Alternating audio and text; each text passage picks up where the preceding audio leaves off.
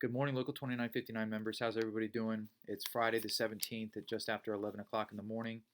And I wanted to make a short video for you guys to discuss some recent pieces of legislation that have been passed that directly affect us in our line of work and provide some clarity to you guys as Local 2959 members to understand your rights or lack thereof for each piece of that legislation and just kind of put at ease some of the concerns that I've been hearing out there in the street.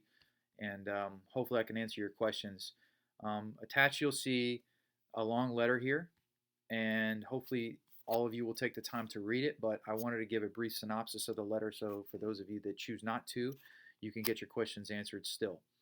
So one of the first questions I wanted to answer was some of our members have asked a question about what this county stance is regarding workers' comp coverage with a positive COVID-19 test result that includes further treatment or a line of duty death. This goes in hand with the CFO Jimmy Petronis and the executive order that was put in place on March 30th called the CFO-Directive-2020-05, and it talks about the presumability. So basically, it flips a responsibility from you filing a comp claim and having to prove that you got this from work. Basically, that directive states that now the state has to prove that you did not get it from your place of employment. So it flips a responsibility. But I want to clarify something with our members here.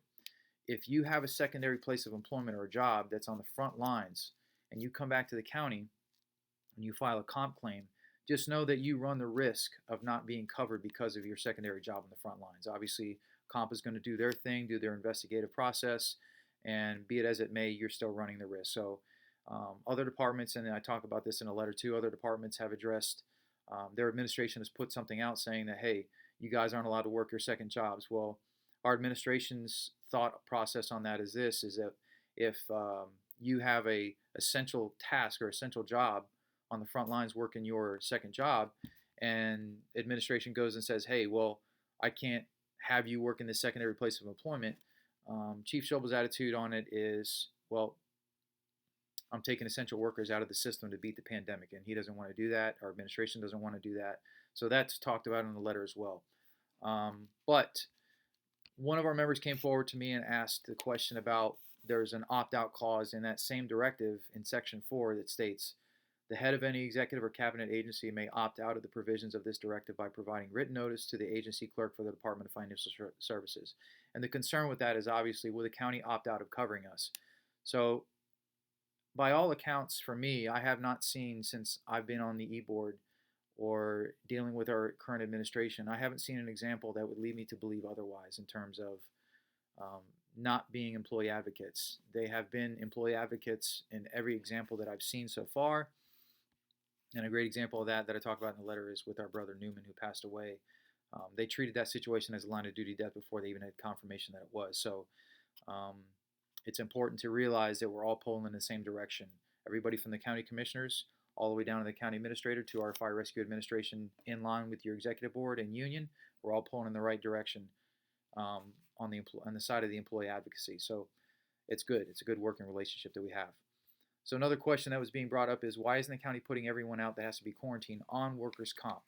So understand the difference between workers' comp and administrative leave. If the department puts you out on administrative leave, they're not coming back asking you for that time back. You're covered on administrative leave no matter what.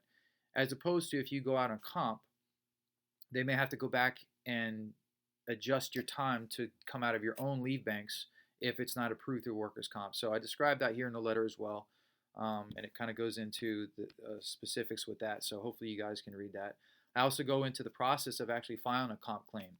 So this has been checked over with human resources and everybody, all the powers that be. So I'm not making any of this stuff up. So please do your homework if you have any kind of contention with what I wrote in my letter, and contact me if you like. So another thing I wanted to address was the Family First Coronavirus Response Act, or FFCRA. I made a Facebook post that wasn't meant to confuse people, but as a result of my post, it ended up being confusing. And so there was some comments, and somebody posted a picture of this Families First Coronavirus Response Act, or FFCRA, which is basically, it's an extension of FMLA. So all of our current guidelines and eligibility for the use of FMLA still apply through our department. However, what the county did opt out of this was is the additional 10 weeks of FMLA approval coverage that you would get for caring for a child that's school age, that their school or daycare may be closed because of reasons for COVID. Um, the county wants to make sure they have enough employees to be able to run the calls with dispatch too. So um, it's a long letter, but please do your due diligence and read it, guys. It's educational. If you have any questions or concern, please contact me or another board member.